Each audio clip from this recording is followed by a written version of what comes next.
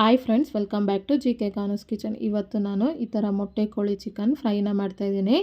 ಮೊದಲಿಗೆ ಈ ಚಿಕನ್ ಫ್ರೈನ ಮಾಡೋದಕ್ಕೆ ಈ ಥರ ಒಂದು ಚಿಕ್ಕ ಮಿಕ್ಸಿ ಜಾರ್ನ ತೊಗೊಂಡು ಅದಕ್ಕೆ 25 ಪೀಸ್ ಆಗೋಷ್ಟು ಸಿಪ್ಪೆ ಬಿಡಿಸಿದಂಥ ಬೆಳ್ಳುಳ್ಳಿ, ಈ ಥರ 5 ಪೀಸ್ ಆಗೋಷ್ಟು ಶುಂಠಿ, 8 ಹಸಿಮೆಣಸಿನ್ಕಾಯಿನ ಸೇರಿಸಿ ಈ ಥರ ತರಿಯಾಗಿ ಪೇಸ್ಟ್ ಮಾಡಿ ಪಕ್ಕಕ್ಕೆ ಇಟ್ಕೊಂಡಿದ್ದೀನಿ.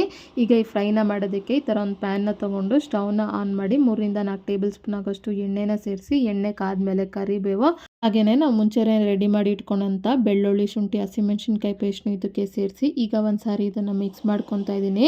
ಈ ಮಸಾಲ ಹಸಿ ವಾಸನೆ ಹೋಗೋ ತನಕ ಈ ಥರ ಫ್ರೈ ಮಾಡ್ಕೊಂಡಾದ್ಮೇಲೆ ಈಗ ಇದಕ್ಕೆ 3/4 kg ಆಗೋಷ್ಟು ಅಂದರೆ 750 ಗ್ರಾಮ್ ಆಗೋಷ್ಟು ಮೊಟ್ಟೆ ಕೋಳಿ ಚಿಕನ ನಾನು ನೀಟಾಗಿ ತೊಳೆದಿಟ್ಕೊಂಡಿದ್ದೆ, ಅದನ್ನು ಸೇರಿಸ್ಕೊಂಡು ರುಚಿಗೆ ತಕ್ಕಷ್ಟು ಕಲ್ಲುಪ್ಪು, 1/4 ಟೇಬಲ್ ಸ್ಪೂನ್ ಆಗೋಷ್ಟು ಅರಿಶಿನ ಪುಡಿನ ಸೇರಿಸ್ಕೊಂಡು ಈಗ ಒಂದು ಸಾರಿ ಇದನ್ನು ಮಿಕ್ಸ್ ಮಾಡ್ಕೊತಾ ಇದ್ದೀನಿ.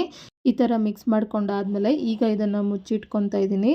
ಹಾಗೆ ಈ ಚಿಕನ್ ಬೇಯಬೇಕಾದ್ರೆ ಮಧ್ಯದಲ್ಲಿ ಇದನ್ನು ಮಿಕ್ಸ್ ಮಾಡ್ಕೋಬೇಕು. ಹಾಗೆ ನೋಡಿ, ಈ ಚಿಕನ್ ಬೇಯ್ತಾ ಈ ಥರ ನೀರು ಬಿಟ್ಕೊಳ್ಳುತ್ತೆ. ಈಗ ಒಂದು ಸಾರಿ ಇದನ್ನು ಮಿಕ್ಸ್ ಮಾಡ್ಕೊತಾ ಇದ್ದೀನಿ. ಹಾಗೆ ಈ ಮೊಟ್ಟೆ ಕೋಳಿ ತುಂಬ ಗಟ್ಟಿ ಇರೋದ್ರಿಂದ ಚಿಕನ್ ಬೇಯೋದಕ್ಕೆ ಇದಕ್ಕೆ ಇನ್ನೊಂದು ಲೋಟದಷ್ಟು ನೀರನ್ನ ಸೇರಿಸ್ಕೊಂಡು ಮತ್ತೆ ಇದನ್ನು ಮುಚ್ಚಿಟ್ಕೊಂಡು ಈ ನೀರೆಲ್ಲ ಡ್ರೈ ಆಗೋ ತನಕ ಒಂದು 30 ನಿಮಿಷ ಬೇಯಿಸ್ಕೊಂಡಾದ್ಮೇಲೆ ಈಗ ಇದಕ್ಕೆ 2 ಟೇಬಲ್ ಸ್ಪೂನ್ ಆಗೋಷ್ಟು ಖಾರದ ಪುಡಿ, 1 ಟೇಬಲ್ ಸ್ಪೂನ್ ಆಗೋಷ್ಟು ಧನಿಯಾ ಪುಡಿ, 1 ಟೇಬಲ್ ಸ್ಪೂನ್ ಆಗೋಷ್ಟು ಆಚಿ ಚಿಕನ್ ಮಸಾಲ, 1/2 ಟೇಬಲ್ ಸ್ಪೂನ್ ಆಗೋಷ್ಟು ಪೆಪ್ಪರ್ ಪೌಡರ್, 1 ಟೇಬಲ್ ಸ್ಪೂನ್ ಆಗೋಷ್ಟು ನಿಂಬೆಹಣ್ಣು ರಸ, ಹಾಗೆ 2 ಟೇಬಲ್ ಸ್ಪೂನ್ ಆಗೋಷ್ಟು ಸಣ್ಣದಾಗಿ ಕಟ್ ಮಾಡಿದಂಥ ಕೊತ್ತಂಬರಿ ಸೊಪ್ಪನ್ನ ಸೇರಿಸಿ ಈಗ ಒಂದು ಸಾರಿ ಇದನ್ನು ಮಿಕ್ಸ್ ಮಾಡ್ಕೊತಾ ಇದ್ದೀನಿ. ಈ ಥರ ಮಿಕ್ಸ್ ಮಾಡ್ಕೊತಾ 2 ನಿಮಿಷ ಈ ಥರ ಫ್ರೈ ಮಾಡಿಕೊಂಡು ಈಗ ಇದಕ್ಕೆ 2 ಟೇಬಲ್ ಸ್ಪೂನ್ ಆಗೋಷ್ಟು ನೀರನ್ನ ಸೇರಿಸ್ಕೊಂಡು ಇನ್ನೊಂದು ಸಾರಿ ಇದನ್ನು ಮಿಕ್ಸ್ ಮಾಡ್ಕೊತಾ ಇದ್ದೀನಿ.